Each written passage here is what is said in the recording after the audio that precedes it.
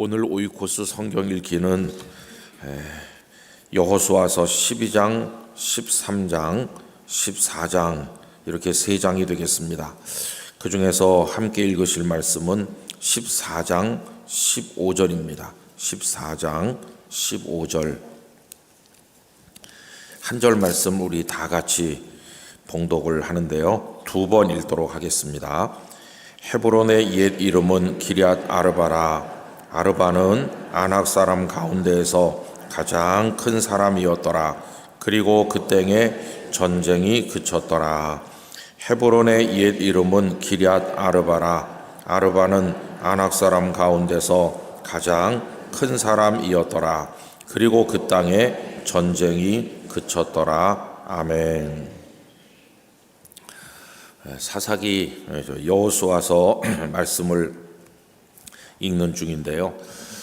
이제 땅을 분배하는 이야기가 나오기 시작했어요. 그래서 여호수아가 백성의 지도자들과 함께 제비 뽑기도 하고 이래서 땅을 분배해서 나눠주는데 유다 지파에게 땅을 나눠주는 가운데 갈렙이 여호수아를 찾아왔습니다. 그리고는 갈렙이 하는 말씀이 이래요. 옛날에 우리가 정탐꾼이 되어서 가나안 땅에 왔을 때 그게 언제입니까? 45년 전 일이에요. 그때 갈렙은 유다 지파 대표로 정탐꾼이 되었는데 그때 갈렙의 나이가 40세입니다. 그리고 광야에서 40년을 보냈잖아요. 80세가 된 거고, 그리고 모세는 세상을 떠나셨고 여호수아가 백성들을 인솔해서 가나안 땅 점령을 위한 전쟁을 여러 해 동안 했는데 이제 한 5년 정도 그 전쟁하는 시간이 쭉 지난 겁니다. 그래서 오늘 이 말씀이 있는 이때는 갈렙의 연세가 85세가 됐어요. 여러분 그 앞에 올라가서 한번 보시면 그 이야기가 쭉 나오죠. 그 위로 올라가서 7절을 보시기 바랍니다. 내 나이 40세에 여호와의 종 모세가 가데스 바네아에서 나를 보내어 이 땅을 정탐하게 하였으므로 내가 성실한 마음으로 그에게 보고하였고 이렇게 나오죠. 그 정탐꾼 갔을 때 나이가 40세였다 하는 겁니다. 그런데 이제 10절로 내려와서 보십시오. 이제 보소서 여호와께서 이 말씀을 모세에게 이르신 때로부터 이스라엘이 광야에서 방황한 이 45년 동안을 여호와께서 말씀하신 대로 나를 생존하게 하셨나이다. 오늘 내가 85세로 돼. 이렇게 나와요. 그러니까 이때 이제 갈렙이 85세가 되신 겁니다. 근데 그 앞에 중요한 말씀이 있죠. 이 45년 동안을 여호와께서 말씀하신 대로 나를 생존하게 하셨다. 이게 무슨 뜻입니까? 그 정탐꾼이 12명 가나안 땅에 갔다가 돌아왔을 때 어떤 보고를 했는지 아시죠? 10사람의 정탐꾼은 우리가 가나안 땅에 가봤댔자 그 성읍들을 점령할 수 없습니다. 성들은 아주 높고 견고하고 또 거기는 아낙 사람들이 살고 있습니다. 이 아낙 사람들은 신체가 굉장히 우람했던 거인이라고 소위 불렸던 훨씬 크고 강해 보였던 그런 사람들인데 우리는 거기다 대면 메뚜기 같습니다. 그래서 우리가 거기 가봤댔자 우리 가족들만 다 죽임을 당할 것이고 도저히 그 땅을 점령할 수 없습니다. 이렇게 절망적인 보고를 했습니다. 그러자 그 보고를 듣던 백성들이 전부 낙담했어요. 울고불고 하면서 모세와 아론을 원망하고 하나님을 원망했죠. 그리고는 심지어는 모세와 아론을 죽이고 차라리 애굽으로 돌아가자 이렇게 했습니다. 그때 그 백성들을 꾸지람하면서 그들이 우리의 밥이다. 하나님께서 우리와 함께 하시면 얼마든지 우리가 이길 수 있다고 얘기한 사람이 2명 있었잖아요. 잘 아시는 것처럼 여호수아와 갈렙이죠. 그러니까 지금 여기 본문에서 갈렙이 여호수아를 찾아와서 이야기할 때 이 두 사람 사이에는 아주 끈끈한 동지애가 있는 겁니다. 나이는 여호수아가 훨씬 많았던 것 같아요. 그런데 이 두 분 사이에는 우리는 믿음의 사람이었다. 그 10명이 전부 다 하나님을 원망하고 백성들의 마음을 낙담시키는 그때 우리 둘은 하나님을 의지했었지. 자네 갈렙, 자네는 정말 세상에 둘도 없는 내 친혈육보다 더 가까운 사람일세. 이런 마음이 여호수아에게 있었을 것이고 갈렙도 마찬가지죠. 형님, 당신이야말로 우리 백성의 모세를 이은 지도자고 내가 당신을 진정으로 신뢰합니다. 우리 둘이는 믿음으로 하나가 되었습니다. 형제보다도 더 끈끈하죠. 왜 그러냐 하면 애굽에서 나왔던 그 많은 이스라엘 백성들이 하나님께 불순종하다가 다 광야에서 죽었잖아요. 다 죽는데 그때 하나님께서 딱 2명만 가나안에 들어간다. 그 2사람이 바로 여기 여호수아와 갈렙인 거예요. 성경에는 그런 묘사가 없지만 가나안 땅을 점령하는 고단한 세월을 지나는 동안에 아마 이 2사람은 수시로 만나지 않았을까, 그런 생각이 들어요. 여호수아가 백성들을 인솔하면서 마음이 상하고 낙심될 때마다 갈렙을 청하지 않았을까, 혹은 갈렙도 어려운 일이 있을 때마다 여호수아를 형님같이 생각하면서 이 2사람은 만나서 하나님 앞에 함께 기도하고 마음을 더 강하게 가지고 서로를 격려하고 이렇게 살지 않았을까, 그런 생각을 해봅니다. 여러분, 우리가 이 험한 세상을 살아가면서 어려운 일들을 많이 만날 때 우리 성도님들 곁에도 마음을 통할 수 있는 기도의 동지들이 많으시기를 바라요. 이건 정말 축복인 것입니다. 내가 어렵고 힘들 때 내 믿음의 하소연을 들어줄 수 있는 사람, 같이 손 잡고 기도해 줄 수 있는 사람, 서로에게 격려가 되는 사람. 이 2분은 그러니까 한두 해 알고 지내는 사이가 아니죠. 애굽에서부터 같이 나와서 같이 가다가 가데스 바네아에서 그 결정적인 사건이 있었고 너희 2명만 가나안에 들어간다. 여러분, 이게 보통 관계입니까? 특별한 관계죠. 그리고 지금 가나안에 들어와서 다른 사람 다 죽었는데 이 2분은 건재하고 갈렙은 85세인데도 건강하고 여호수아는 더 많은데도 건강하고. 그런데 이제 갈렙이 찾아온 거예요.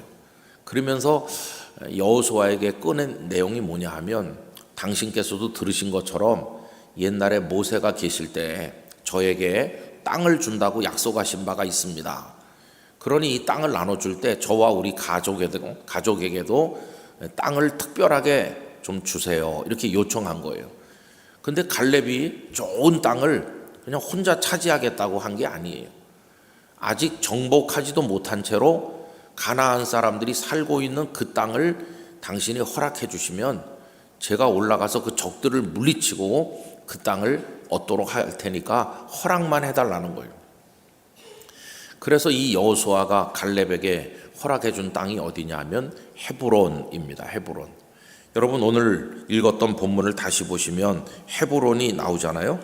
헤브론의 옛 이름은 기럇 아르바라. 이 기럇 아르바라는 뜻은 아르바의 동네, 그런 뜻이에요. 이 기럇이라는 말이 마을, 동네, 도시 이런 뜻이고 아르바는 사람 이름인데 아르바의 동네다, 그런 뜻이에요. 그럼 이 아르바는 누구냐 하면은 아낙 사람이라고 그랬죠. 그 밑에 나오죠. 아르바는 아낙 사람 가운데서 가장 큰 사람이었다. 이 아낙 자손이 원래 거인 족속이라고 그랬는데 그 중에서도 가장 큰 사람이 아르바라는 거예요. 그러니까 옛날에 그 아르바 같은 사람들, 그리고 같은 부류의 사람들 아마도 골리앗이 아니었을까, 그런 생각이 듭니다. 유달리 크고 우람한 사람들이 있잖아요. 천하장사 스타일로 생긴 사람, 아르바가 그런 사람이죠. 그 사람이 차지했던 그 동네가 이제 이름이 바뀌어서 헤브론이 된 것입니다. 그럼 여러분, 오늘날의 그 헤브론은 어떤 곳에 있느냐 하면은 예루살렘보다도 더 높은 곳에 있습니다. 예루살렘은 한 높이가 해발 700-800m 정도 돼요. 그런데 헤브론은 예루살렘에서 남쪽으로 한 30km 정도 가면 있는 곳이 헤브론인데, 오늘날은 유대인들은 조금밖에 안 살고 팔레스타인 사람들이 대부분 살고 있는 그런 곳이고, 그 이스라엘 영토 안에서 2번째로 중요한 곳으로 인식되고 있어요. 그리고 거기는 해발이 예루살렘보다도 한 100m 높습니다. 그래서 해발 고도가 한 900m, 1000m 가까이 되는 그 평평한 곳이 헤브론이죠. 유대인들에게 헤브론은 예루살렘 다음으로 중요한 성지입니다. 그래서 4대 성지 중에 하나라고 그래요, 헤브론을. 왜 그러냐면 그 헤브론에 아브라함이 오래 살았거든요.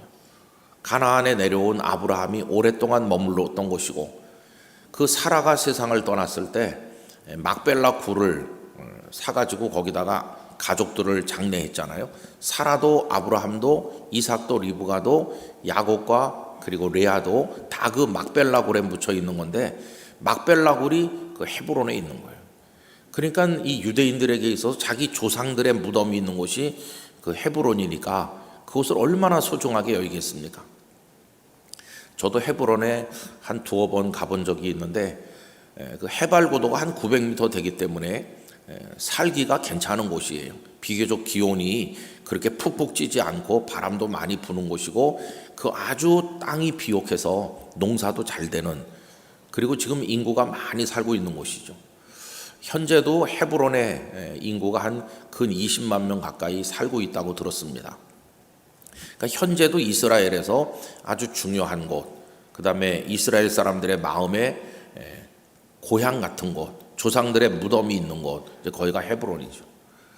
그러니 이 아르바라는 사람이 힘있고 아낙 자손 중에서도 가장 큰 사람이 이 사람인데, 가장 좋은 데 차지하고 살지 않았겠어요? 그러니까 거기는 아르바의 동네인 거죠. 근데 이 아르바의 동네가 이름이 뭘로 바뀐 겁니까? 헤브론으로 바뀐 거예요. 갈렙이 그곳을 장악하면서 아낙 자손을 다 쫓아내고 차지하면서 거기는 헤브론으로 바뀌었는데, 그래서 이렇게 생각합니다. 기럇 아르바가 아르바의 동네였다면 헤브론은 갈렙의 동네다. 이제는 갈렙의 동네로 바뀌었어요. 그러면 갈렙이 그 아르바보다도 더 신체가 우람하고 힘이 세고 컸을까? 그건 아니겠죠. 갈렙은 그냥 평범한 키를 가진 보통 사람이었을 텐데, 갈렙이 아르바를 압도할 수 있었던 이유는 갈렙은 믿음의 장부라는 것이에요. 믿음의 사람 갈렙이 그 이방인 거인 아르바를 제압하고 그 땅을 차지해서 축복의 기업인 헤브론이 된 것이죠. 저는 오늘 새벽에 함께 이 말씀을 나눈 우리 성도님들이 갈렙 같은 인생을 살게 되시기를 바랍니다. 갈렙, 그는 믿음으로 일관했던 분이에요. 여러분, 성경을 보면 이 갈렙을 그니스의 가문이라고 얘기하죠. 그래서 갈렙을 소개하고 있는데, 이 그니스라고 하는 그 이름이 학자들은 이렇게 생각합니다. 아브라함의 후손이 아닐 것이다. 이스라엘 백성들이 애굽에서 나올 때 여러 민족들이 섞여서 같이 나왔다고 그랬는데, 그 중에 하나가 그니스일 것이다. 이렇게 생각하는 구약학자들이 많아요. 그래서 그니스 가문의 여분네의 아들 갈렙인데, 그러면 순수 이스라엘 혈통이 아닌 거죠. 그냥 섞여 지내다가 같이 나왔는데 언제부터인지 유다 지파로 이렇게 통합이 됐고, 한 사람 정탐꾼을 구할 때 어떻게 보면 이스라엘 사람이 아니라고도 할 수 있는 그를 자기 지파의 대표로 내보낸 것은 이 가문이 얼마나 신실하게 하나님을 경외했는지를 보여주는 증거다. 이렇게 생각하는 사람들이 있어요. 그래서 그 학자들은 뭐 그 이름, 또 그들의 이름과 관련된 지명들 여러 가지를 입체적으로 조사해서, 그래서 갈렙이 이방 사람 출신이었을 거라고 생각하는 이들이 많이 있어요. 만약에 그랬다면 더 대단한 거죠.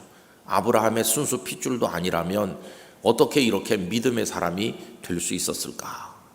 그래서 그는 기럇 아르바를 헤브론으로 바꾼 위대한 믿음의 사람으로 이제 우리 앞에 서 있는 겁니다.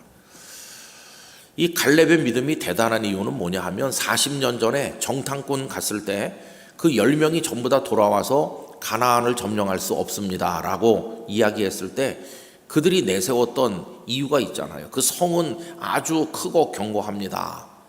그와 함께 또 한 가지 그들이 얘기했던 게, 거기는 아낙 자손들이 살고 있습니다. 그 10사람이 절망했던 게 그거거든요. 아낙 자손이 살고 있다. 그리고 지금 45년이 지났잖아요. 45년 전에도 갈렙은 아낙 자손을 두려워하지 않았어요. 그들이 아무리 기골이 장대하고 대단해도 하나님이 허락하시면 우리가 이긴다. 이게 나이 40의 갈렙의 믿음인데 45년 지났는데도 거기 아낙 자손 중에서도 가장 큰 아르바의 동네라 할지라도 당신이 허락만 해주시면 내가 가서 그들을 물리치겠습니다. 얼마나 놀라운 믿음입니까? 그래서 여러분 그 위에 12절로 올라가 보세요. 12절은 다 같이 읽어보도록 합시다. 그날에 여호와께서 말씀하신 이 산지를 지금 내게 주소서. 당신도 그날에 들으셨거니와 그곳에는 아낙 사람이 있고 그 성읍들은 크고 견고할지라도 여호와께서 나와 함께 하시면 내가 여호와께서 말씀하신 대로 그들을 쫓아내리다 하니. 아멘. 아무리 그 성이 크고 견고해도 거기 아낙 자손이 있어도 당신이 허락만 해주시면 나는 하나님의 말씀대로 그들을 물리치고 그걸 기업으로 얻을 수 있습니다. 참 대단한 믿음의 장부가 갈렙이라고 생각합니다. 그래서 갈렙은 늘 여호수아에 가려가지고 모세의 후계자 여호수아 하는데 갈렙은 별로 이렇게 부각되지 않는 것 같아요. 그러나 성경을 쭉 이렇게 읽어보면 갈렙이야말로 대단하다 하는 생각이 들어요. 여러분 우선 어떤 점에서 그가 돋보입니까? 그 믿음이 변하지 않았다는 거예요. 나이 40의 믿음이나 85세 믿음이나 똑같이 하나님을 절대적으로 신뢰하는 것을 볼 수 있어요. 여러분 인간적으로 말하면 40세 때 갈렙이 훨씬 더 건강하고 튼튼하겠죠. 아무리 본인이 85세라도 내가 아직 건강하다 이렇게 말을 한다고 해도 여러분 40세하고 85세가 같을 수가 있습니까? 신체 기능이 떨어지고 연약해졌겠죠. 그런데도 그는 85세라도 내가 적을 물리칠 수 있다 이렇게 말하는 건 무엇이 변하지 않았습니까? 육체는 연약해졌고 옛날 같지 않을지라도 그의 믿음은 하나도 녹슬지 않았어요. 그래서 갈렙을 보면 정말 매력을 느끼는 거죠. 여러분 우리도 앞으로 얼마나 더 살게 될는지 모르지만 세월이 흐르고 우리가 연약해지는 한이 있어도 믿음은 날마다 강건하기를 원하는 것입니다. 겉사람은 낡아질지라도 속사람은 날로 새롭도다. 할렐루야. 그 고린도후서 4장 16절 이하에 있는 말씀 우리가 기억하고 있습니다. 오늘 아침에 함께 하신 성도님들 믿음으로 초지일관하시기를 기원합니다. 끝까지 믿음으로 이기시기를 바랍니다. 우리 앞에도 기럇 아르바가 너무 많아요. 그리고 아낙 자손이 얼마나 많은지 몰라. 우리 앞에도 동성애를 해야 된다고 하는 그 동성 결혼 합법화를 위한 세력 정말 막강합니다. 권력을 등에 업고 그 세력도 아주 강하고 마약이라고 하는 세력도 우리나라를 뒤덮을 듯이 들어오는데 쓰나미보다 더 무섭게 들어오고 있어요. 우리나라 교도소에요. 정원이 100명이라고 그러면 지금 120명씩 있어요. 교도소가 차고 넘치고 있어요. 부흥되는 곳은 교도소밖에 없는 것 같아요. 왜 그렇게 교도소에 사람이 많이 오냐? 수용할 자리가 없도록 왜 이렇게 많이 오냐? 마약 사범이 얼마나 많이 늘어나고 있는지 알 수 없어요. 그것도 우리가 극복하기 어려운 아낙 자손과도 같아요. 그것뿐입니까? 온갖 악한 것들이 얼마나 많은지 하나님을 대적하는 아낙의 세력들이 이 땅에도 지천으로 널려 있는 거예요. 그들의 성이 난공불락의 여리고 성보다 더 강한 것 같아요. 어떻게 이길 수 있을까? 여러분 하나님을 믿는 믿음밖에 없어요.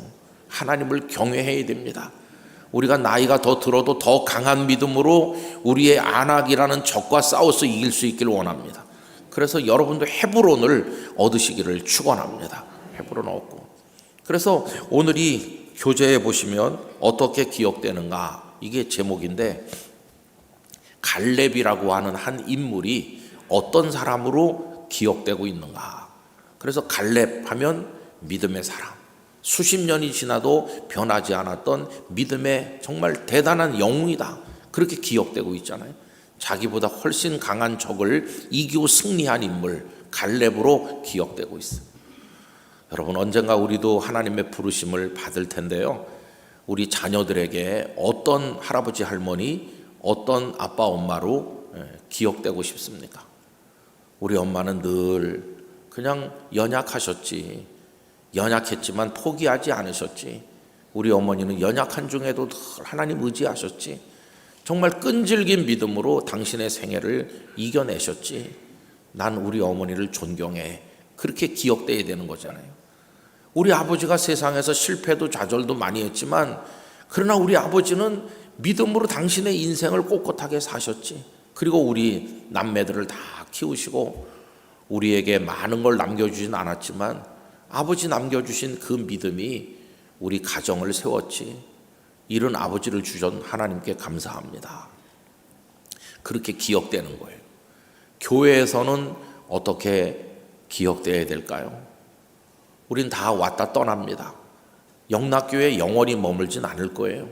언젠가 우리도 세상을 떠날 때가 있고 저 같은 목사는 또 때가 되면 떠나고 다 이렇게 오고 가고 떠나요. 저는 가끔 이런 생각을 해요. 세월이 좀 지난 다음에 영락교회 성도들이 그때 우리 교회 와서 있던 김은성 목사 어떻게 기억하실까? 그 목사가 뚱뚱했지. 그냥 이렇게만 기억하면 안 될 텐데 저도 홀쭉해져 보려고 이제 특단의 결단을 해야 되겠다. 그런 생각을 하고 있어요.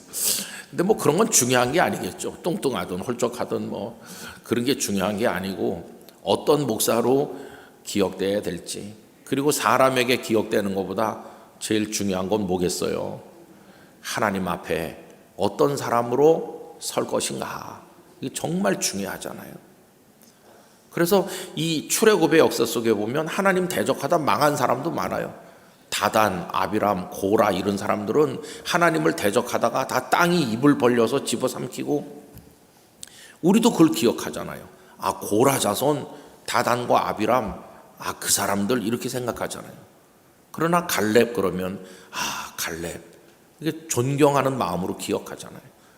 오늘 새벽에 함께 하신 우리 영락교회 성도 여러분, 하나님 앞에서나 사람들 앞에서 정말 아름다운 불굴의 믿음을 가진 하나님의 사람으로 기억되시기 바랍니다. 이거는 기억되는 걸로 끝나는 게 아니고요, 그 속에 엄청난 축복이 들어있는 거예요. 그래서 기럇 아르바가 헤브론이 되었고 갈렙의 후손들이 그 기업을 누리게 됐으니 대대손손 물려가면서 살게 됐으니 얼마나 놀라운 축복입니까? 하나님 앞에 믿음의 사람으로 기억되는 것은 곧 우리가 복을 받고 누리는 것을 의미하는 것이니까, 그래서 우리도 그렇게 살고 우리 자녀들에게도 그걸 또 대물림에 내려갈 때 믿음의 명문 가문이 되는 거예요. 오늘 아침 기도 제목은 이것입니다. 하나님, 저도 믿음의 사람으로 기억되게 하여 주시고 하나님 앞에 그렇게 서게 하여 주시옵소서. 그 축복을 받으시기를 진심으로 축원합니다. 기도하겠습니다. 아버지 하나님, 나이 40에 믿음으로 외쳤던 갈렙의 모습이 45년 이후에도 조금 더 변하지 아니하고 40년 전에도 견고한 성을 두려워하지 않고 안악 자손을 두려워하지 않았던 그가 45년이 지난 다음에도 동일한 믿음을 가지고 있었음을 저희들이 확인합니다. 그는 기럇 아르바를 헤브론으로 바꾸었으며 믿음의 대장부로 우리에게 기억되고 있습니다. 주님, 저희들도 그러한 믿음의 사람으로 기억되게 하시고 하나님 앞에 서서 복을 받고 믿음의 가문을 이루어 나가도록 도와주옵소서. 내일은 주일입니다.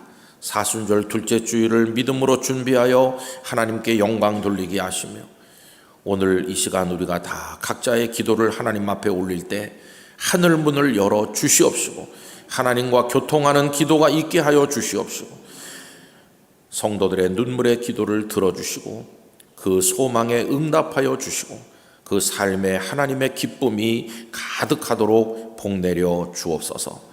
주 예수님의 이름으로 기도하옵나이다. 아멘.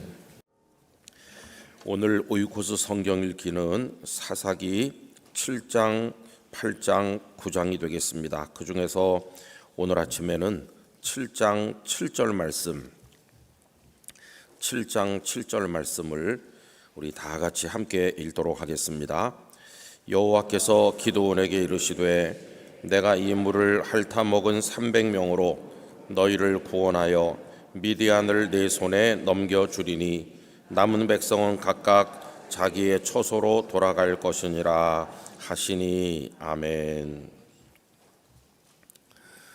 오늘 아침에 읽은 이 말씀은 성도님들께서 익숙하게 잘 아시는 기드온의 300명에 관한 이야기입니다. 잘 아시는 이야기죠. 오늘 말씀의 제목을 그 책에 보시면 왜 300명인가 이렇게 써보았습니다. 제가 기드온의 300명이라고만 그랬고 그 300명 뒤에다가 용사 이거는 붙이지를 않았습니다. 우리 한국 교회가 크게 오해하고 있는 게 그 300명을 자꾸만 용사라고 하는 겁니다. 여러분 300명은 그냥 평범한 사람이지 용사이기 때문에 선발된 사람이 아니라는 것을 우리가 알아야 됩니다. 300명을 자꾸만 용사 그러니까 무슨 엘리트나 되는 것처럼 그들이 대단한 특별한 점이나 있었던 것처럼 생각하기가 쉬운데 여러분 그 300명은 그냥 평범한 사람이었습니다. 이때 사사는 기드온이죠. 그때 미디안 사람들이 쳐들어와서 이스라엘을 여러 해 동안 힘들게 했는데 하나님께서 겁에 질려있던 기드온을 선택하셨습니다. 용맹무쌍하기 때문에 기드온이 선택된 게 아닙니다. 그는 타작을 하는데 원래 타작은 사람들이 다 오가는 넓은 데다 펼쳐놓고 두드리거나 짐승이 끌고 다니는 그걸 통해서 타작을 하는 겁니다. 근데 그러면 사람들이 다 알겠죠. 아, 저 집에 타작한다. 미디안 사람들이 곡식을 다 빼앗아 가려고 하니까 내놓고 타작을 하면은 그걸 뺏길 게 뻔하거든요. 그래서 기드온은 포도즙을 짜는 조그마한 데서 몰래 조금씩 타작을 했어요. 이스라엘에 가보신 분들은 아시겠지만 그 포도즙 틀이라는 게 집 앞마당이나 집 안에 아주 요만합니다. 거기서 이제 포도를 이렇게 으깨 가지고 즙을 짜고 그러는 건데 원래 거기는 타작하는 곳이 아니죠. 근데 거기서 그가 타작을 한 것은 외부에 노출되지 않으려고, 다시 말하면 그 미디안 사람들에게 빼앗기지 않으려고, 미디안 사람들이 두려워서 그래서 했던 겁니다. 그런데 하나님의 사자가 기드온에게 나타나서 제일 먼저 던진 말이 뭐냐 하면은 큰 용사여 이렇게 부른 겁니다. 여러분 이 속에 하나님께서 우리를 어떻게 다루시는지가 고스란히 담겨 있다고 생각하는데 하나님은 어떤 분이실까요? 용사가 아닌 사람을 용사로 만드시는 분이십니다. 연약한 사람을 강하게 만드시고 어리석은 사람을 지혜롭게 만드시고 그게 하나님이 하시는 것이에요. 우리가 원래 강하기 때문에 발탁이 되거나 원래 지혜롭기 때문에 선택되는 게 아니고 형편없는데 하나님의 손에 붙들리면 달라지는 거예요. 여러분 다윗을 보세요. 8명의 아들들 중에서 꼴찌의 서름을 고스란히 겪으면서 기껏해야 손에 막대기 하나 들고 양이나 몇 마리 먹이던 목동에 불과했는데 그의 맏형님 엘리압은 기골이 장대하고 사무엘 같은 노련한 지도자도 한눈에 반했을 정도로 대단해 보였잖아요. 그런데 하나님은 엘리압도 아니고 다 아니라고 하시면서 그 천덕꾸러기 같은 다윗을 선택하신 거예요. 여러분 그는 연약한 소년에 불과한데 하나님의 손에 붙들리니까 골리앗을 이기는 거예요. 신앙의 힘은 워낙 훌륭했기 때문에 쓰임받는다. 그게 아니고 형편없었지만 하나님께서 붙드실 때 쓰임받는다. 하나님의 능력은 거기서 나타나는 거죠. 여러분 하나님께서 원래부터 잘나고 원래부터 훌륭하고 원래 대단한 사람을 불러서 쓰시면 뭐라고 말할까요? 아, 저 사람은 원래가 훌륭하잖아. 하나님께서 하신 일이 아니라고 그럴 거예요. 그런데 누가 봐도 저 사람은 아닌 것 같은데 아, 그러니까 목사가 되기도 하고 그러니까 큰 사역을 일으키기도 하는 걸 보면은 사람들이 다 입이 떡 벌어지는 거예요. 저거 어떻게 저렇게 되는 것일까? 하나님이 하신 겁니다. 하나님이 하시는 거예요. 그래서 이 300명도 우리가 자꾸 용사 그러면은 그분들이 무슨 특별한 달란트가 있었나 그렇게 생각하기 쉬운데 여러분 그게 아니에요. 이 기드온 자신도 그랬고 이 300명도 그래요. 처음에 이제 미디안 사람들과 전쟁을 하기 위해서 사람들을 불러 모았더니 3만 2천 명이 모였는데 하나님께서는 너무 많다고 하셨어요. 여러분 우리 알고 있죠? 전쟁은 숫자에 달려있는 게 아니라고 말씀하신 것을 우리가 알고 있습니다. 전쟁은 하나님의 손에 있는 겁니다. 그래서 하나님께서 돌려보내라고 하세요. 그 중에서 두려워 떠는 자는 돌아가라. 그랬더니 2만 2천 명이 돌아갔어요. 저는 그 2만 2천 명이 요즘에 우리 같지 않나 그런 생각이 들어요. 아니 왜 왔을까요? 옆집 사람이 가자 그러니까 왔을 텐데 마음 한쪽으로는 오기가 죽기보다 싫었을 텐데 그래도 체면도 있고 다 가는데 안 갈 수 있나 아마 그렇게 왔던 것 같아요. 그런데 두려운 사람 돌아가라니까 그때도 아마 눈치를 좀 봤겠죠. 누가 먼저 일어나나. 누가 먼저 일어나서 가니까 막 우수수 일어나가지고 그래서 10,000명 남았어요. 근데 하나님께서는 10,000명도 많다는 거예요. 왜 하나님께서는 자꾸만 많다고 하실까요? 그 이유는 많은 군사를 데리고 가서 이기면 이긴 다음에 뭐라고 말할까요? 우리가 강하고 수가 많아서 이긴 거다. 이렇게 말하면서 승리의 영광을 자신들이 차지하려고 할 거 아닙니까? 하나님이 도우셨습니다. 이르지 않을 거 아니겠어요? 그래서 하나님은 너무 많다고 하시는 거예요. 그렇게 말씀하시는 목적은 하나님의 능력으로 이기는 걸 배우게 하시려고요. 여러분 오늘 말씀 그 앞쪽으로 올라가셔서 2절 말씀 보십시오. 2절 7장 2절 다 같이 천천히 읽어봅시다. 여호와께서 기드온에게 이르시되 너를 따르는 백성이 너무 많은즉 내가 그들의 손에 미디안 사람을 넘겨주지 아니하리니 이는 이스라엘이 나를 거슬러 스스로 자랑하기를 내 손이 나를 구원하였다 할까 함이니라. 이렇게 나오죠. 너무 많다고 그럼 자기가 자기를 지킨 걸로 생각하고 자랑할 테니 그건 아니다. 그러면서 이제 돌아가게 하신 거예요. 자 이제 10,000명이 남았는데 하나님 10,000명도 많다고 하시면서 물가로 데려가게 하시죠. 그래서 이제 물 먹는 방식에 따라서 이제 고르신 거예요. 그런데 이렇게 엎드려 가지고 강가에다가 입을 대고 핥아 먹은 사람이 9,700명이고 손으로 물을 이렇게 움켜 가지고 이렇게 마신 사람이 300명이라는 거예요. 근데 어렸을 때 주일학교 선생님이 왜 300명을 선택하셨을까 이렇게 하면서 그 사람들은 이렇게 물을 가지고 이렇게 먹으면서 주변을 살핀다는 거예요. 적이 쳐들어오나 안 오나. 엎드려서 핥다가 적이 습격하면 꼼짝없이 당할 텐데 탁 떠가지고 이렇게 하는 사람은 벌써 이게 기본이 되지 않았느냐. 그래서 하나님께서 마음에 들어서 선택하셨다. 어렸을 때는 그런 줄 알았어요. 근데 제가 나중에 성경을 읽어보니까 그게 아니에요. 그냥 수가 적은 쪽을 선택하신 거예요. 이때 하나님의 목적이 뭡니까?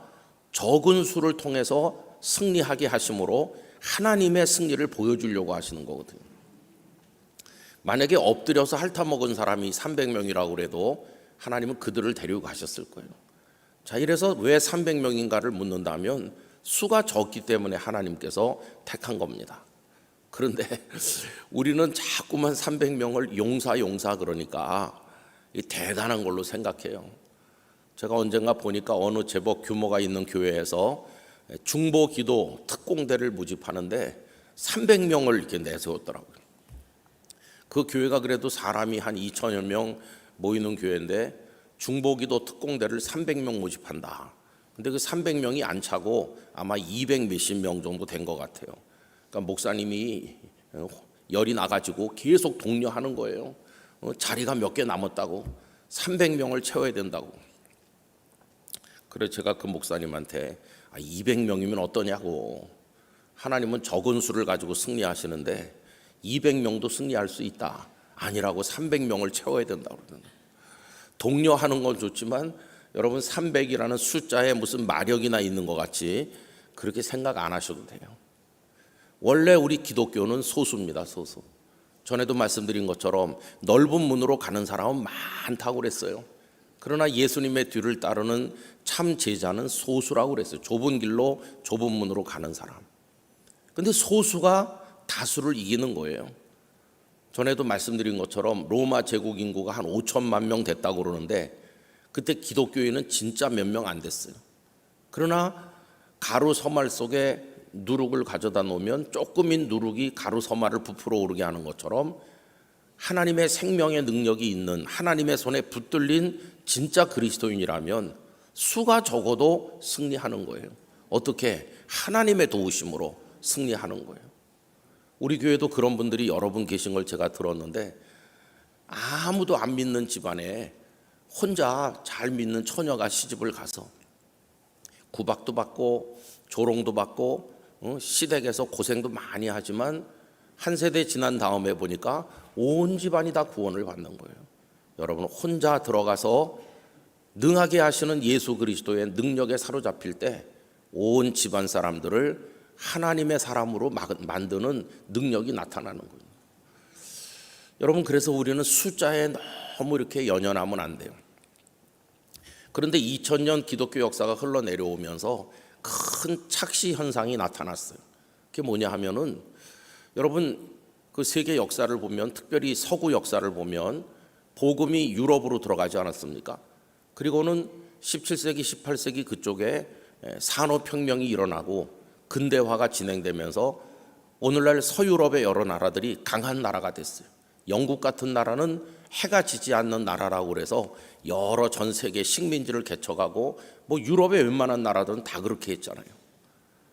자기들이 강하다고 생각했어요. 우리는 기독교 국가고 우리는 강해, 이렇게 했어요.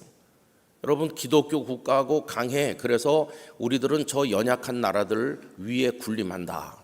거기 무슨 하나님 영광이 있습니까? 하나님 영광이 없고 그냥 자기들이 강해서 이긴 거예요.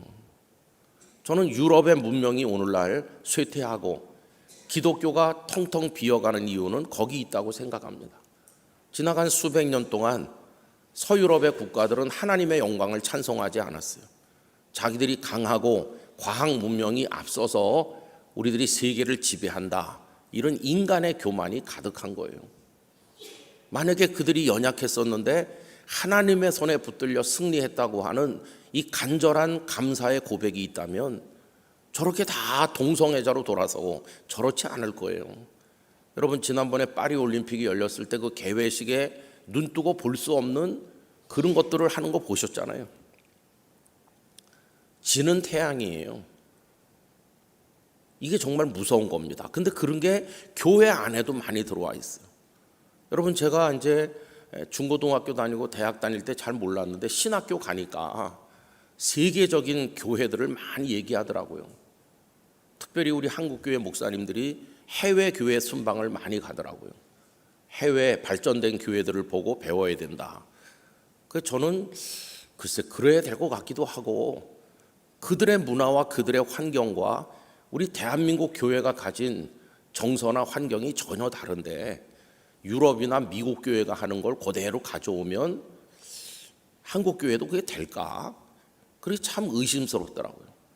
여러분, 한때 우리 한국 교회 목사님들이 단골로 많이 가던 데가 그 수정 교회였어요. 로버트 슐러 목사님이 있는, 거기 가서 다 예배하고 거기 그 황홀한 예배당과 그거를 다 자랑하고 그 적극적 사고방식을 가지면 못할 게 없다. 저도 중고등학교 다닐 때 전도사님들로부터 불가능은 없다, 이런 책들을 문고판으로도 읽고 많이 읽었어요. 근데 불가능은 없다는 게 하나님의 능력 안에서 불가능이 없는 거지, 우리의 적극적 사고방식으로 불가능이 없습니까? 물론 축 처져 있는 사람보다 해봅시다 이렇게 말하는 사람이 뭔가를 좀 더 하긴 하겠죠.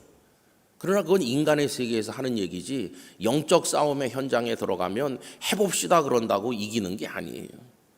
어떻게 인간이 사탄을 이기겠어요? 여러분, 하나님의 도우심이 없이는 안 되는 건데, 근데 그렇게 대단한 교회인 것 같았고 그걸 추종하는 미국의 교회들이 많았고 영웅들을 많이 만들어낸 것 같고 그 영웅들이 하는 게 다 비슷했습니다. 우선 TV 설교자가 되는 거예요. 텔레비전에 나와서 설교하는 건 옛날에는 상상도 못하던 일인데, 그래서 뭐 시청자가 수백만에 달한다.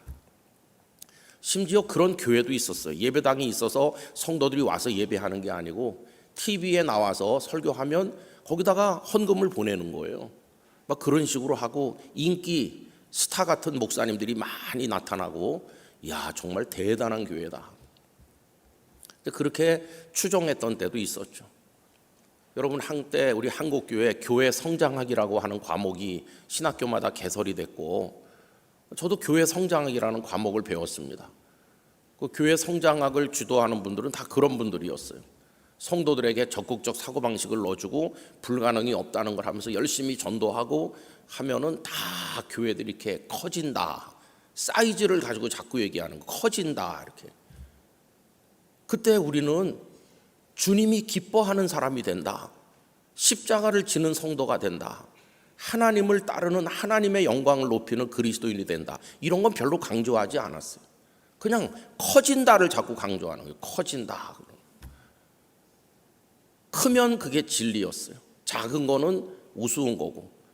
근데 성경을 읽으면서도 작은 겨자씨 하나가 큰 나무가 된다고 하는 걸 읽으면서도 작은 걸 무시해요. 참 이상한 거잖아요. 성경에는 작은 소자 하나를 예수님 귀중히 여기라고 되어 있는데 성경을 읽으면서도 작은 건 다 무시하고 크면 무조건 우와 이러는. 우리는 워낙 작은 나라로 살아서 그런지 우리 한국 사람들 마음속에는 크면 무조건 좋아하는 그런 게 있어요. 제가 살던 부산 영도 작은 섬이에요. 그리고 이 다리가 이제 있는데 하나밖에 없었어요. 일본 사람들이 일제시대 때 놓고 들었다 내렸다 하던 그거를 보통 영도다리 그래요. 근데 거기 가보면 영도다리라고 안 돼 있고 뭐라고 돼 있냐면 영도대교 이렇게 돼 있어. 큰 대자를 붙였어요. 그럼 그 다리가 건너는데 뭐 1시간 걸립니까? 아닙니다. 한 2분이면 천천히 걸어서 건너요. 그래도 영도대교. 그 다음에 남항동에서 송도로 났는데 남항대교, 그다음에 부산항대교, 전부 대자 붙였어요. 광안대교 이렇게 하고 큰 거 좋아해요 우리는. 그러다 보니까 성도들도 큰 교회는 다 옳은 줄 알아요. 저는 우리 영락교회가 만약에 그런 병으로 고통받는다면 벗어나야 된다고 생각하는데 큰 교회는 다 옳은가? 절대 그렇지 않아요. 여러분, 옳은 게 옳은 거지 큰 거하고 옳은 거랑은 전혀 범주가 달라요. 그건 크고 작은 얘기지 옳고 그름은 전혀 다른 얘기거든요. 근데 이제 목사님들도 그런 교회 성장학, 적극적 사고방식, 크면 좋은 거야 이런 거에 영향을 많이 받다 보니까 우리 한국교회가 지나간 몇십 년 동안 세계가 깜짝 놀랄 만한 큰 교회들이 많이 생긴 것도 사실이에요. 외국 사람들이 깜짝 놀라죠. 뭐 몇만 명씩 모이는 교회가 한국에는 몇 개나 있대. 다 깜짝 놀라는 거죠. 근데 지금 우리가 그래서 기독교 전성기를 맞이하고 있습니까? 아닙니다. 여러분, 다 우리 사회에 무리를 일으키고 사람들에게 손가락질 받는 교회가 되는 거는 저 시골에 눈물로 성도 몇 명 놓고 설교하는 목사님들 때문에 된 게 아니에요. 오히려 큰 교회들이 문제를 일으켰고 큰 교회 지도자들이 하나님의 교회의 영광을 가리고 있는 것이 이게 현실 아닙니까? 여러분, 저는 우리 한국교회가 32,000명 아니어도 좋다고 생각합니다. 300명만 있어도 하나님이 쓰시면 이기는 거예요. 그게 우리의 가치가 돼야 되는 거지. 왜 300명인가? 우리 그 속에 담긴 하나님의 뜻을 알아야 되는 것이. 우리 영락교회도 우리 교단에서는 큰 교회 아닙니까? 우리 보고 대형 교회라고 그래요. 근데 저는 어쩌다 영락교회 목사로 살면서 그래서 그게 좋은 말인가? 그냥 단순히 크기를 말하는 것일 뿐 좋다 나쁘다의 영역은 아니니까. 그럼 우리가 조심해야 될 게 뭘까? 우리가 겸손해야 됩니다. 하나님의 손에 붙들리기를 갈망해야 됩니다. 우리는 할 수 있어요 이렇게 말하지 말고 우리에게 능력 주시는 주님의 손 안에 있으면 하나님의 뜻을 따라 할 수 있을 줄 믿습니다. 그렇게 말해야 되는 것이에요. 그리고 뭔가 열매가 맺어지면 하나님이 하신 겁니다. 하나님. 사송 영락교회를 세웠는데 우리가 영광 받으면 안 됩니다, 여러분. 하나님께서 영광을 받으시는 것이고 그 교회를 통해 그 경상도 일원에 하나님의 역사를 이루시려는 오래전부터의 계획이 있어서 된 것이지 이거 영락교회가 아니면 누가 하겠어? 그렇게 생각하시면 안 돼요. 그래서 그 사송 영락교회는 주님이 피로 값주고 세우신 영락교회와 똑같은 교회지 우리가 나았다 그렇게 해도 안 되고, 자꾸 찾아가서 간섭해도 안 되고, 제가 우리 선교부에도 일절 전화도 하시지 말라고 그랬어요. 그 교회는 그 교회 나름대로 영적 전통을 만들면서 자라나는 거지, 우리가 뭐 감나라 뭐나라 이렇게 할 필요가 없는 것이, 우리는 하나님의 나라를 위해서 하나님의 명령에 순종한 것으로 충분한 것이에요. 여러분, 그리고 오늘 마지막으로 이 말씀을 나누면서 여러분이 연약하다고 낙심하지 마시기 바랍니다. 왜 나는 300밖에 안 될까? 저쪽은 수만인데, 이렇게 우리가 기죽지 말아야 됩니다. 하나님이 어느 편이신가가 중요한 것이에요. 하나님이 어느 편이신가? 하나님은 무조건 우리 편일 거라고 하는 단정도 하지 말아야 돼요.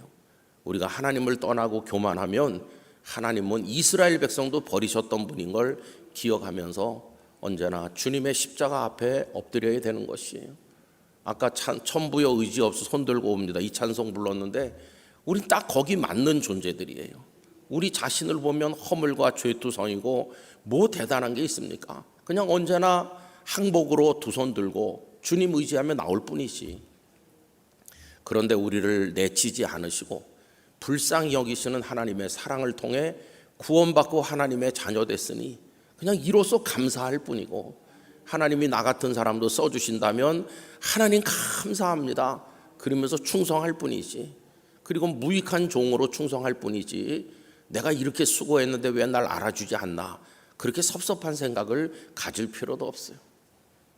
여러분, 이 300명에게 나중에 뭐 엄청난 포상을 하거나 다 그들을 뭐 영웅으로 호칭을 주거나 그렇지 않았어요. 그냥 하나님이 그들을 쓰신 것뿐이에요. 저는 우리 영락교회가 예수님 모시는 그날까지 겸손하고 온유한 모습으로 우리 스스로를 적게 여기고 작게 여기면서 하나님의 큰 은혜를 갈망하면서 하나님의 쓰임받기를 원하는 교회로 언제나 머물기를 간절히 바라는 것입니다. 그렇게 할 때 하나님 우리를 기뻐 쓰실 것이에요. 여러분, 왜 300명인지 돌아가셔서 가만히 묵상해 보시면 한국 교회의 착각, 세계 교회의 어리석은 착각이 오늘 어떻게 교회를 병들게 하고 있는지를 우리 생각하면서 이 300명 속에 담긴 하나님의 뜻을 마음에 새기기를 간절히 원하는 것입니다. 연약하고 어려워서 힘들어하는 분도 오늘 새벽에 이 예배에 많이 참석하고 계실 텐데, 여러분, 하나님께 모든 답은 있는 것입니다. 약한 자 강하게 하시고 무능한 자 능하게 하실 하나님, 제가 보잘것없지만 하나님 나라 일꾼으로 쓰임받기를 소원합니다. 저를 불쌍히 여겨 주시옵소서. 여러분에게 그렇게 쓰임받는 은혜가 임하시기를 우리 주님의 이름으로 축복합니다. 다 같이 기도하겠습니다. 거룩하신 아버지 하나님, 300명이 대단해서 부르신 것이 아니라 하나님이 어떻게 적은 수를 가지고도 이기시는지 하나님의 영광을 보여주시기 위하여 적은 쪽을 선택하셨음을 알게 하여 주옵소서. 기드온이 위대한 사람이어서 선택한 것이 아니라 겁이 많은 사람에 불과했지만 하나님께서 붙드실 때 큰 용사가 되었습니다. 아버지 하나님, 비록 저희들이 부족하고 연약해도 하나님만 우리와 함께 계시면 우리는 위대한 승리자가 될 줄 믿습니다. 저희의 능력이나 저희의 숫자를 자랑하지 말고 하나님의 은혜를 구하는 성도가 되기를 원합니다. 천부여 의지 없어서 손들고 옵니다. 그런 영성으로 언제나 주님 앞에 두 손 들고 나가 엎드리게 해주시기를 원합니다. 주여, 저희 가운데 임하여 역사하여 주시옵소서. 한국교회가 하나님의 오름에 동참하기를 원합니다. 성도들에게 은혜를 갈망하는 마음을 주옵소서. 오늘 이 새벽에 기도할 때 각자의 기도를 받아주시고 내일 거룩한 주일 잘 준비하여 영광 돌릴 수 있도록 오늘 하루 동안 예배 준비자들에게 은혜를 주옵소서. 사랑하는 성도들이 연로한 어른들로부터 갓난아기들까지 다 같이 예배하게 하시고, 병원에 계셔서 예배당에 못 오시는 분, 해외에 있는 이들, 군에 있는 이들, 사방에 흩어져 있는 이들, 어느 곳에서 예배하든지 하나님께서 그 마음을 받아주시기를 원합니다. 하나님, 이 앞자리부터 뒷자리까지 가정의 영상으로 깨어 앉아 이 자리를 지키는 분들에게까지 이 시간 하나님의 손을 얹어 복에 복을 더하시고 성령으로 충만하게 하여 주시옵소서. 예수님의 이름으로 기도하옵나이다. 아멘. 오늘 오이코스 성경 읽기는 사무엘상 4장에서 7장까지입니다. 오늘 새벽에 같이 나눌 말씀은 사무엘상 4장 1절이 되겠습니다. 다 같이 한 목소리로 읽도록 하지요. 사무엘의 말이 온 이스라엘에 전파되니라. 이스라엘은 나가서 블레셋 사람들과 싸우려고 에벤에셀 곁에 진치고 블레셋 사람들은 아벡에 진쳤더니. 아멘. 여러분, 오늘 읽은 말씀 그 앞부분에 다시 한번 보시면 사무엘의 말이 온 이스라엘에 전파되니라 이렇게 했습니다. 말이라고 하는 것은 바깥으로 퍼져나가는 거죠. 쏘아버린 화살을 되돌릴 수가 없고 흘러간 시간을 다시 찾을 수 없는 것 같이 한번 입 밖으로 낸 말은 주워 담을 수 없다, 그렇게 말합니다. 왜냐하면 말은 한번 하면 퍼져나가는 힘이 있기 때문이에요. 그래서 내가 골방에서 혼자 속삭이는 말 같아도 어떻게 그렇게 바깥의 사람들이 아는지 말은 전파되는 힘이 있습니다. 여러분, 옛날에는 그 전파되는 속도가 굉장히 느렸겠지만 지금은 SNS를 통해서 조금 기침만 해도 지구 반대편 사람까지 다 알 정도로 굉장히 빠른 속도로 퍼져나갑니다. 말하기가 무서운 시대가 되었어요. 그래서 좋은 말 많이 해서 선한 영향력을 끼치는 것도 중요하겠지만은 우리가 실수가 워낙 많은 사람이다 보니까 말을 적게 하는 게 훨씬 덕이 되겠다. 언어의 소음이 얼마나 많은 세상입니까? 그래서 나라도 말을 좀 보태지 말아야 되겠다, 그런 생각을 하기도 합니다. 근데 어쩌다 저는 목사가 돼가지고 평생을 말을 하니 참 이게 문제입니다. 그래서 은퇴하면 입을 봉하고 살아야 되겠는데 참 말이 이게 얼마나 어려운지 몰라요. 어디 가서 한마디 하면 금방 말이 퍼져요. 그렇죠?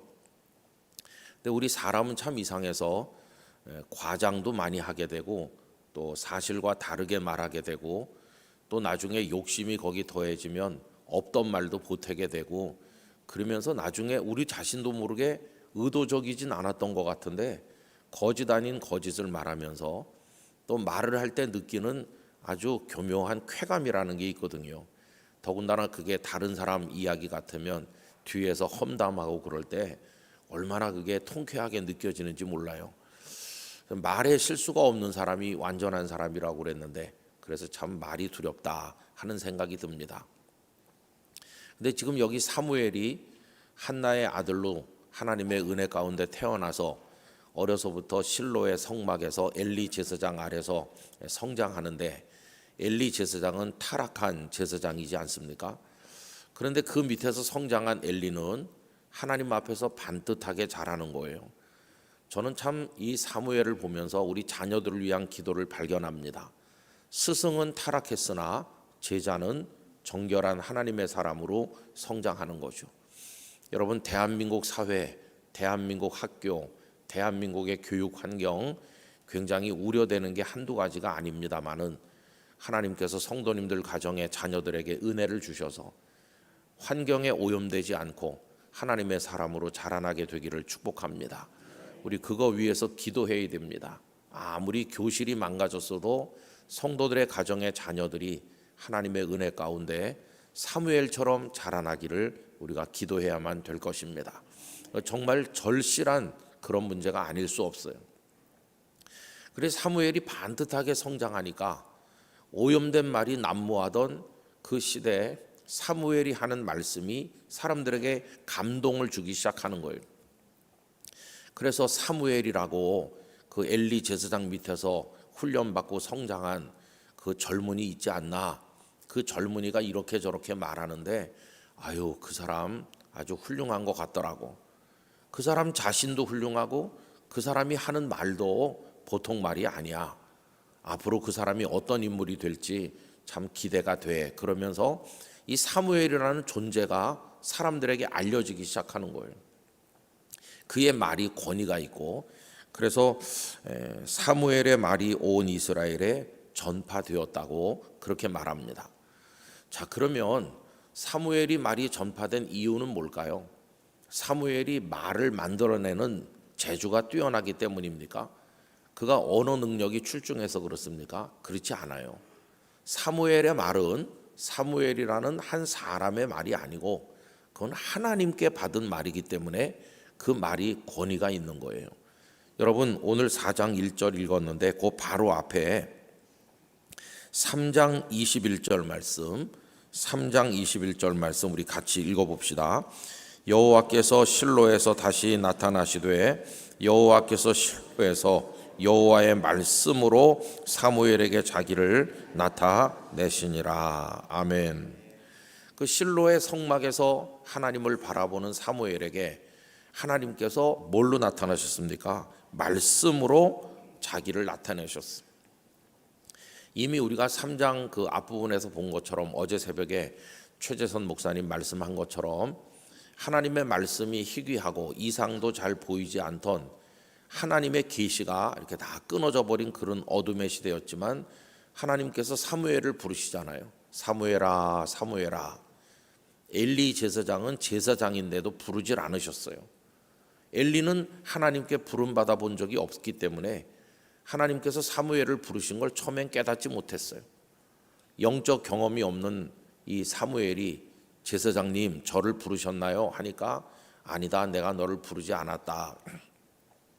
이러다가 나중에서야 하나님이 이 아이를 부르셨나? 이렇게 늦게서야 깨닫게 되죠. 근데 하나님께서는 계속 사무엘을 부르셨고 그에게 말씀하셨어요. 근데 엘리에게는 아무 말씀도 안 하셨어요. 그 다음날 이른 새벽에 엘리가 사무엘을 만났을 때 어제 하나님께서 너에게 뭐라고 말씀하셨느냐고 물어보잖아요.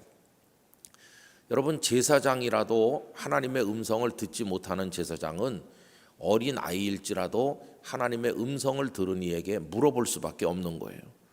여러분, 신분이나 환경이 은혜를 결정하는 게 아니고 하나님께서 은혜 주시고자 하는 자에게 은혜를 주시는 겁니다. 그래서 사무엘에게 은혜가 임한 거예요. 그때부터 하나님께서는 말씀이 희귀하고 이상도 보이지 않던 그때 사무엘에게는 계속 당신의 뜻을 말씀하셨어요. 3장 21절도 그런 거죠. 여호와께서 말씀으로 사무엘에게 자신을 나타내셨다.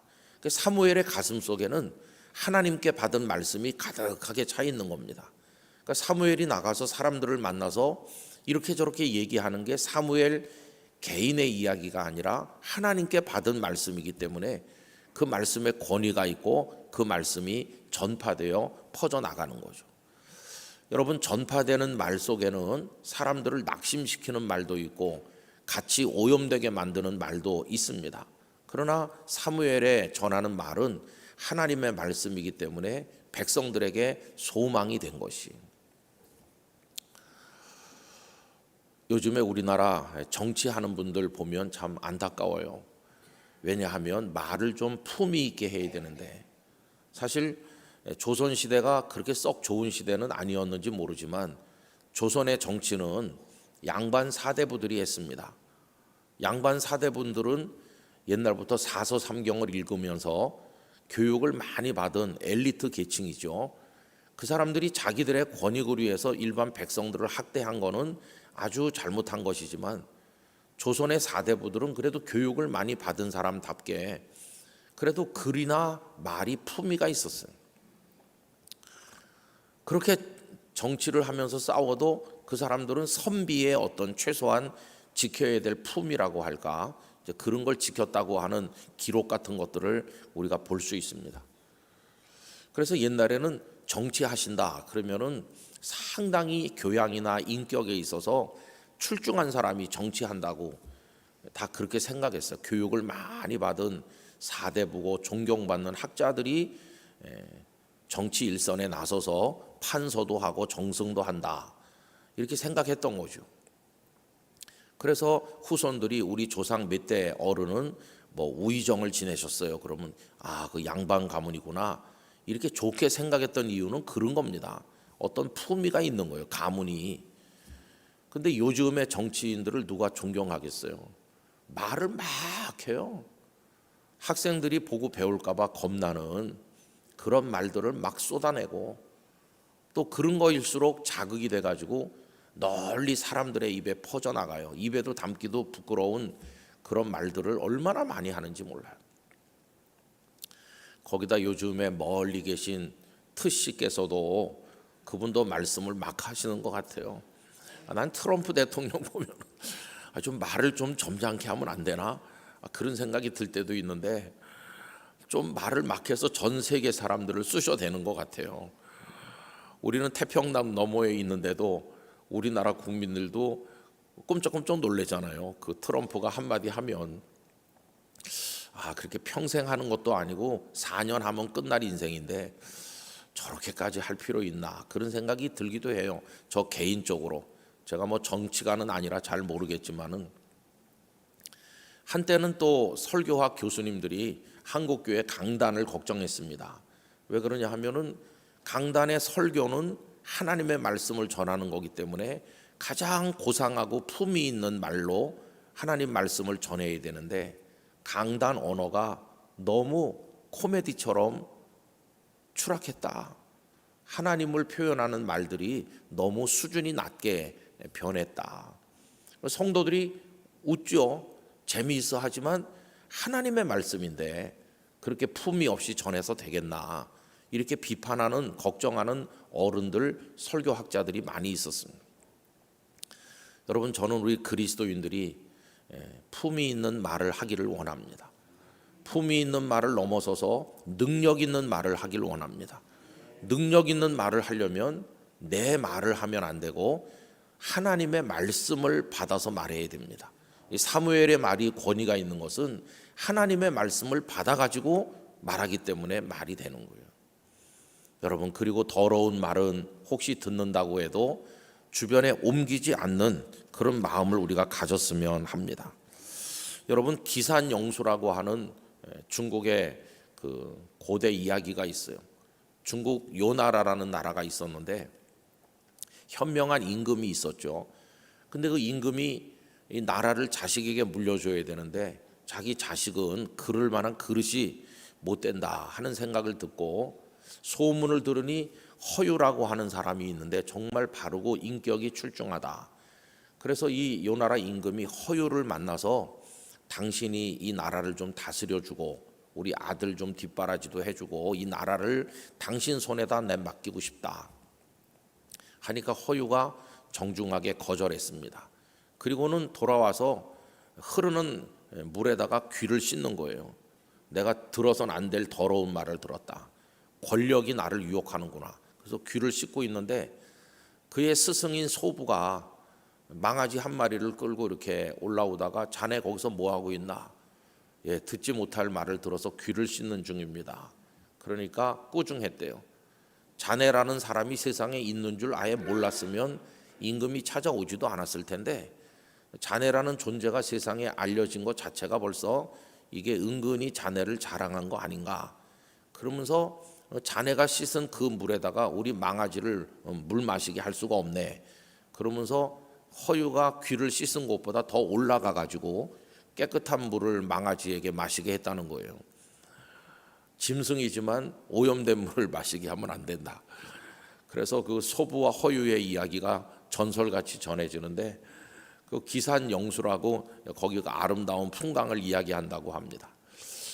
참 현실적이지 않을 정도로 여겨지지만은 어떤 사람들은 듣지 못할 말을 들으면 귀를 씻고 이랬는데 오늘 우린 그렇지 못해요. 듣지 못할 말을 들으면 돌아서자마자 남에게 옮겨요. 그래가지고 빠르게 전파되게 하고 카톡에다 막 올리고 그래요.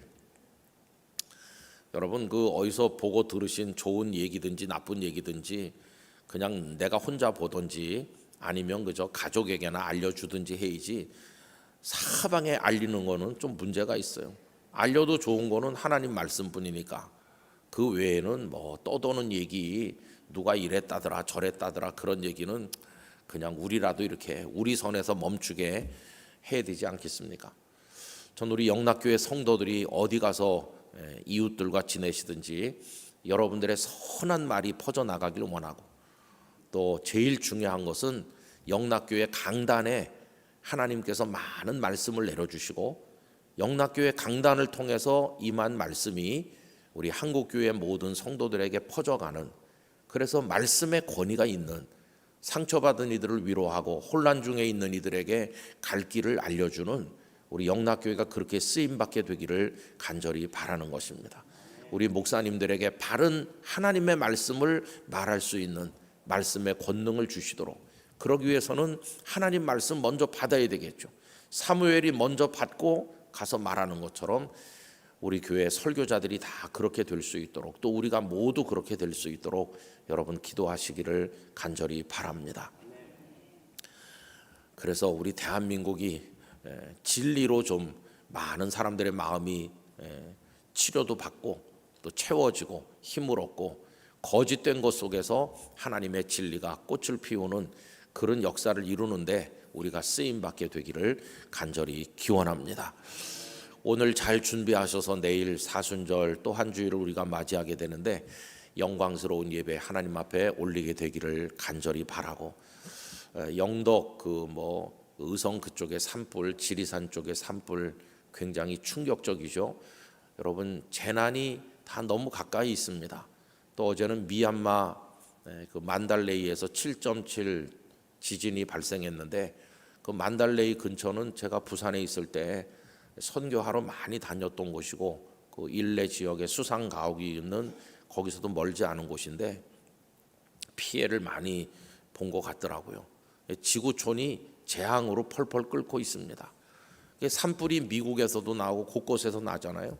나무들을 다 태우면 또 자라겠지 그러지만 그 나무들이 많아야 이게 광합성 그것도 하고 산소를 공기 중에 만들고 우리 사람이 살 텐데 다 이게 좋은 건 타서 없어지고 욕망으로 펄펄 끓는 우리 인생들만 붙어 살고 있으니 정말 종말의 때가 가까웠다, 그런 생각도 듭니다. 여러분 그럴수록 우리 깨어서 기도하고 하나님의 말씀 붙들고 반듯한 신앙 생활하면서 하나님의 사람으로 하나님의 인도를 받게 되기를 간절히 기원합니다. 고통하는 세상을 위해, 이 나라를 위해서 많이 기도해 주시길 바랍니다. 이 와중에 우리나라는 대통령도 없으니 참 너무나도 안타깝잖아요. 눈물로 기도할 때 하나님 우리를 불쌍히 여겨주실 줄로 믿습니다. 기도하겠습니다. 아버지 하나님, 새벽마다 깨워주시는 하나님의 은혜를 감사하고 깰 때의 주의 형상으로 만족할 수 있도록 하나님을 우러르게 하시니 감사합니다. 하나님을 바라보면 늘 감사뿐인데 조금만 눈길을 아래로 하여 세상을 보면 화나는 일, 절망되는 일, 속상한 일들 뿐입니다. 산불은 왜 났는지, 왜 전쟁은 끝나지 않는지, 왜 세계적인 지도자들은 그렇게 마구 이야기하고 전 세계 백성들을 불안하게 하는지, 도대체 무엇을 위한 것인지, 그리고 세계가 망가져가는 모습을 보며 안타깝기가 이를 데가 없습니다. 인간됨을 잃어버리고 동물 수준으로 전락해가는, 욕망이라면 창조 질서도 버리고 불구덩이로 달려가고 있는 세상을 보면서 주님 말씀하신 종말이 다가오고 있음을 깨닫습니다. 그리스도인이 설 자리가 없는 듯이 보여지기도 하고 힘들고 어려운 때지만 주님, 저희에게 주님의 말씀을 주시옵소서. 주님의 말씀을 내려 주시옵소서. 영락교회 강단에 내려 주시옵시고 성도들의 심령에 내려 주시옵시고 그 말씀 받아 살고 그 말씀으로 말하며 살게 하셔서 그 말씀이 사무엘의 말처럼 우리 주변에 위로가 되고 소망이 되게 하여 주옵소서. 모두가 거짓을 말할지라도 영락교회 성도들은 진리를 말하게 하시고, 모두가 인간의 쾌락을 말할 때 우린 하나님의 뜻을 말하도록 도와주옵소서. 주여 저희를 사용하여 주시옵소서. 이 땅을 고쳐 주시옵시고 위로하여 주시옵시고 불쌍히 여겨 주시옵소서. 대한민국을 치료하여 주시옵시고 고통하는 백성, 산불로 모든 걸 잃은 이들을 긍휼히 여겨 주시옵소서. 오늘 아침에 기도할 때 저희의 기도를 받아주시고 내일 예배를 위해 오늘 잘 준비하도록 도와주시고 영락의 성도들이 가지런히 나와 어르신부터 갓난아기까지 하나님의 성호를 찬송하는 복된 주일을 준비하도록 은혜를 주옵소서.